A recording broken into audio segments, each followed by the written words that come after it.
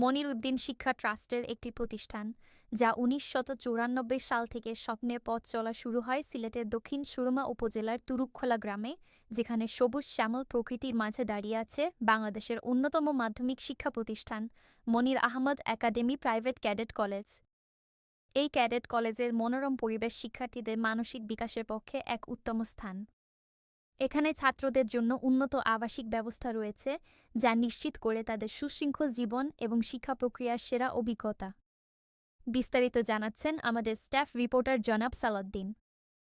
মনির Ahmad academy private cadet college সিলেটের একটি স্বনামধন্য শিক্ষা প্রতিষ্ঠান, যা দেশের প্রতিটি কোণে শিক্ষা ও কৃতিত্বের নতুন দিগন্ত উন্মোচন করতে প্রতিশ্রুতিবদ্ধ। বিদ্যালয়ের শিক্ষার্থীদের উন্নয়ন এবং তাদের স্বপ্ন পূরণের লক্ষ্যে বহু বছরের অভিজ্ঞতার ভিত্তিতে সুষ্ঠুভাবে পরিচালিত হয়। এই প্রতিষ্ঠানে অত্যাধুনিক শেখার পরিবেশ, অভিজ্ঞ শিক্ষকবৃন্দ এবং বিভিন্ন ধরনের সহায়ক কার্যক্রমের মাধ্যমে শিক্ষার্থীদের দক্ষতা বৃদ্ধি করা হয়।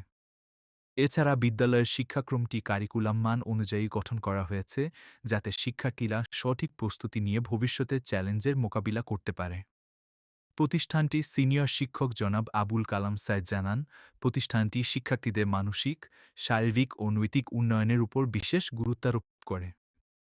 তিনি বলেন, আমাদের বিদ্যালয়ের লক্ষ্য শুধুমাত্র একাডেমিক সফলতা অর্জন করা নয়, বরং শিক্ষার্থীদেরকে দক্ষ, আত্মনির্ভরশীল এবং সমাজের প্রতি দায়বদ্ধ নাগরিক হিসেবে গড়ে তোলা।